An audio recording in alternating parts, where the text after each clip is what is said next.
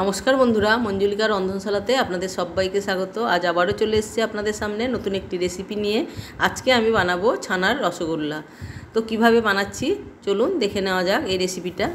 এখানে আমি 400 গ্রাম ছানা নিয়েছি। ছানার মধ্যে অল্প একটু চিনি দিয়ে দিচ্ছি, প্রায় 2 চামচ মতন দিয়ে দিলাম চিনিটা। আর দিয়ে দিচ্ছি 2 চামচ ময়দা।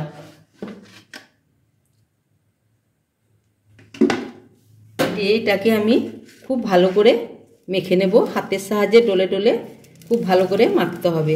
যত ভালো মাখা হবে মিষ্টিটা তত ভালো হবে।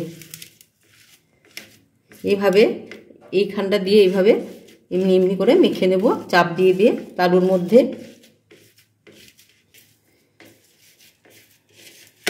এটা প্রায় 15-20 মিনিট মতন এটা এইভাবে মাখবো।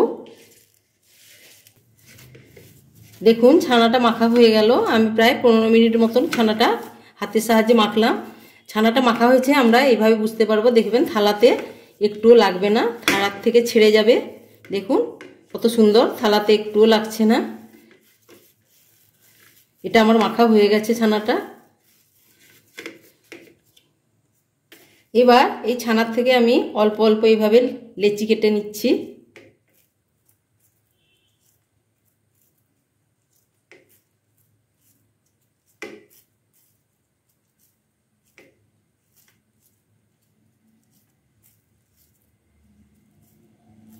দেখুন লেচি কেটে নিয়েছি।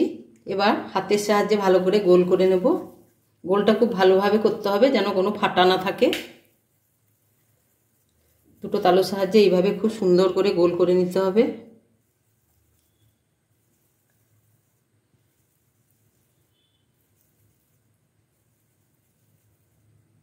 দেখুন একটু ফাটা নেই, এইভাবে সময় নিয়ে নিয়ে এইভাবে গোল করে নিতে হবে। আমি সবগুলো এইভাবে গোল করে নিচ্ছি।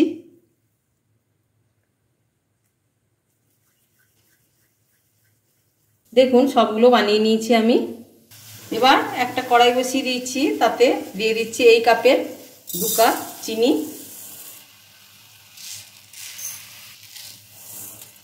আর দিয়ে দিচ্ছি 4 কাপ জল।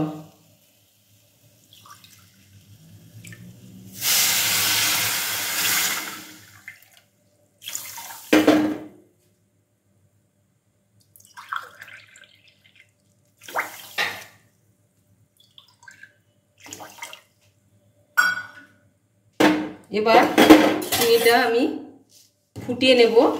যতক্ষণ ফুটছে ততক্ষণ অপেক্ষা করব। দেখুন চিনির শিরাটা ফুটে উঠেছে। এবার আমি এই গোল্লাগুলোকে দেখুন কোন জায়গাটায় আমি দিচ্ছি, সাইডে দেবো না, যেখানে ফুটছে ঠিক মধ্যিখানটা এটা দিয়ে দিতে হবে।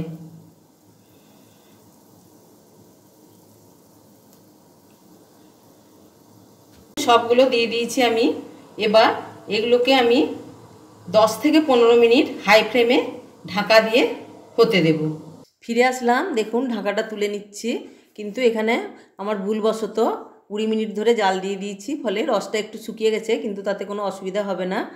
দেখুন হয়ে গেছে রসগোল্লাগুলো। আমি গ্যাসটা অফ করে দিচ্ছি, ঠান্ডা হয়ে গেলে আপনাদের সামনে আবার ফিরে আসছি।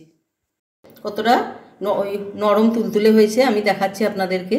দেখুন কত সহজে আমি এই রেসিপিটা বানিয়ে নিতে পেরেছি। আপনারা বাড়িতে অবশ্যই ছানা থাকলে বানিয়ে নিতে পারেন এইভাবে।